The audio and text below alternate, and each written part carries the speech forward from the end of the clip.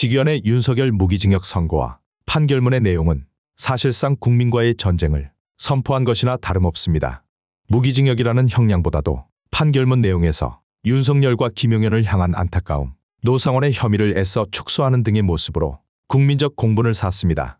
여기서 더 나아가 내란 전담 재판부 중 형사 12부가 직위원보다 더한 재판부라는 의혹과 더불어 직위원의 판결이 조이대의 윤석열 풀어주기 계획의 시작이 아니냐는 의심까지 나오는 상황이라 전혀 안심할 수가 없는데요. 다행히 추미애 법사위원장을 필두로 아주 중요한 법안이 발의됐고 시행만 하면 되는 상황이 됐습니다. 윤석열 사면금지법을 발의한 건데요. 이 문제만큼은 민주당도 매우 적극적이고 윤석열의 무기징역 자체가 이해할 수 없는 판결이라는 공감대가 제대로 형성되어 있는 상황입니다. 민주당 공식 논평 영상으로 확인해 보겠습니다. 내란 숙의 윤석열의 무기징역이 선고된 것은 사법정의의 명백한 후퇴입니다. 12.3 비상계엄을 내란 행위로 인정하고 내란 우두머리에 해당하는 죄값 중 최저 형량이라도 선고했다는 것을 제외하면 결과와 내용면에서 모두 부족했습니다. 감경 사유는 더욱 처참합니다. 윤석열에 대한 양형 참작의 사유로 첫째, 아주 치밀하게 계획을 세운 것으로 보이지 않는 점을 꼽았습니다. 직접적인 물리력이 실제 행사가 되지는 않았고 대부분의 계획이 실패로 돌아갔다는 점을 덧붙였습니다. 이는 사실과 다릅니다.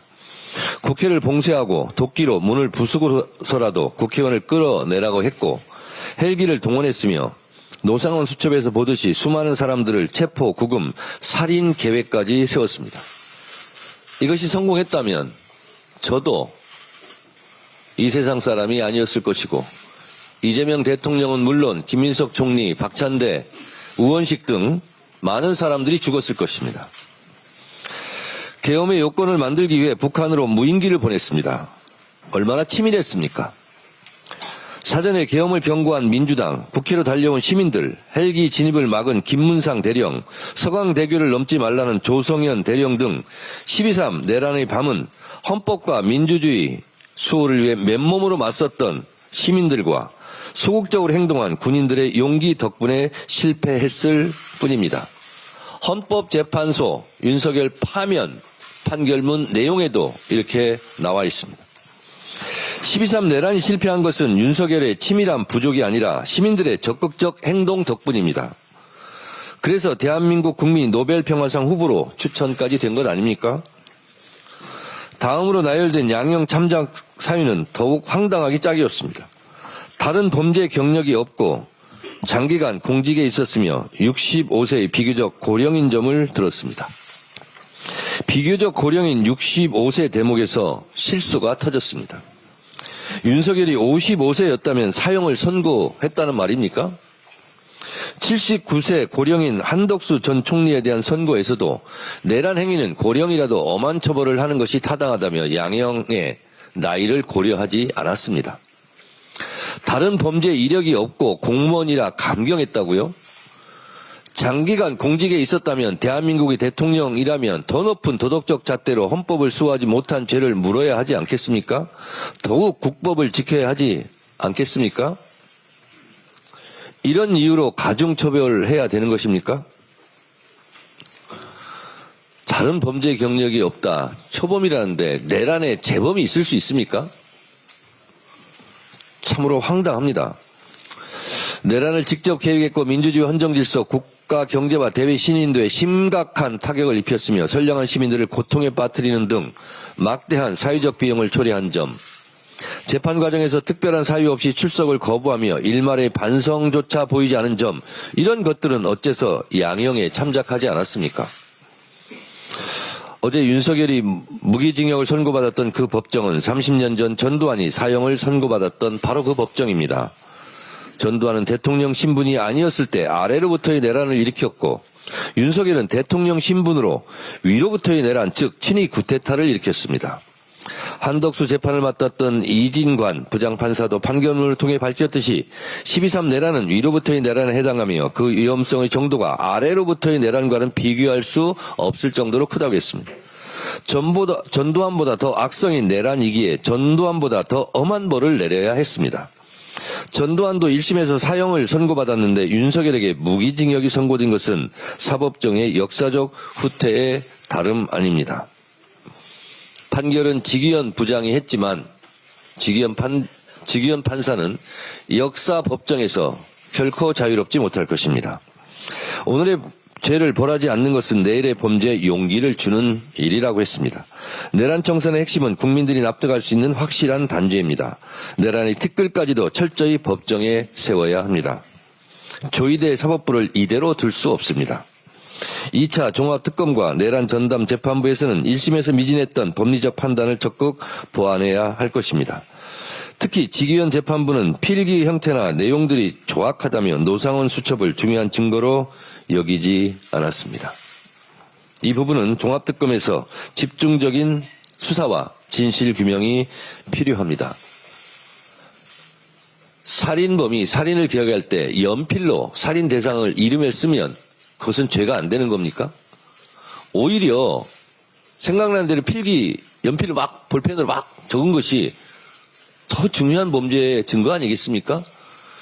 지기현 판사 정말 세상 물정 모르고 국민의 정서도 모르는 철딱선이 없는 그런 판결을 한 것입니다. 더불어민주당은 내란 전담부를 통해 국민과 역사의 눈높이에 맞는 진정한 단죄가 이루어질 수 있도록 혼신의 힘을 다하겠습니다. 사법부가 제2의 전두환, 제2의 윤석열이라는 반역의 불씨를 계속 남기는 일이 없도록 사법개혁안, 대법관 증원, 법외국지 신설, 재판소원제 도입 등 사법개혁을 확실하게 완수하겠습니다. 내란범에게는 사면을 제한하는 사면금지법도 신속하게 통과시키겠습니다. 망국적 부동산 공화국을 반드시 극복하겠습니다. 집은 삶의 기반입니다. 그러나 안식처가 되어야 할 우리들의 집이 그동안 투기, 투자 세력에 의해 왜곡되고 변질되었습니다. 실소유자의 주거 불안뿐 아니라 저출생, 수도권 일극체제 등 심각한 사회 문제의 주범이 되고 말았습니다. 부동산 자산이 대물림되며 기성세대와 미래세대, 수도권과 비수도권 격차는 걷잡을 수 없이 벌어졌습니다. 내 집 마련이라는 소박한 꿈을 접어야 하는 국민들의 어려움을 더 이상 방치할 수 없기에 이재명 대통령이 연일 나서고 있습니다. 부동산과의 전쟁에서 반드시 승리할 것입니다. 투기를 위한 다주택자를 향한 이재명 대통령의 메시지는 모두가 잘 사는 대한민국을 위한 것입니다. 자금력 있는 다주택자가 시장을 주도하는 지금의 비정상적인 상황에서 양도소득세 중과를 제기하는 것은 응당한 조치입니다. 부당한 특혜를 중단하여 투기 수요를 줄이고 실소유자를 위한 매물 확보가 절실합니다. 우리는 지금 망국적 부동산 문제 해결, 국민의 보편적 주거권 확보를 위해 결단해야 합니다. 이재명 대통령은 사회 악은 다주택자들이 아니라 다주택이 돈이 되게 만드는 정치인에게 있다고 했습니다. 정확한 지적입니다. 정치인의 한 사람으로 저 역시 오늘의 아픈 현실의 책임을 통감합니다. 집은 투기 대상이 돼서도 안 되며 부동산 투기를 이용하는 정치인에게 표가 돼서도 안 됩니다. 말이 아닌 행동으로 책임을 다하겠습니다. 부동산 감독원을 신속히 처리하고 충분한 주택 공급으로 서민 주거 안정에 앞장서겠습니다. 이재명 정부의 부동산 정책을 든든히 뒷받침하여 부동산 공화국 극복이라는 과제를 반드시 완수하겠습니다.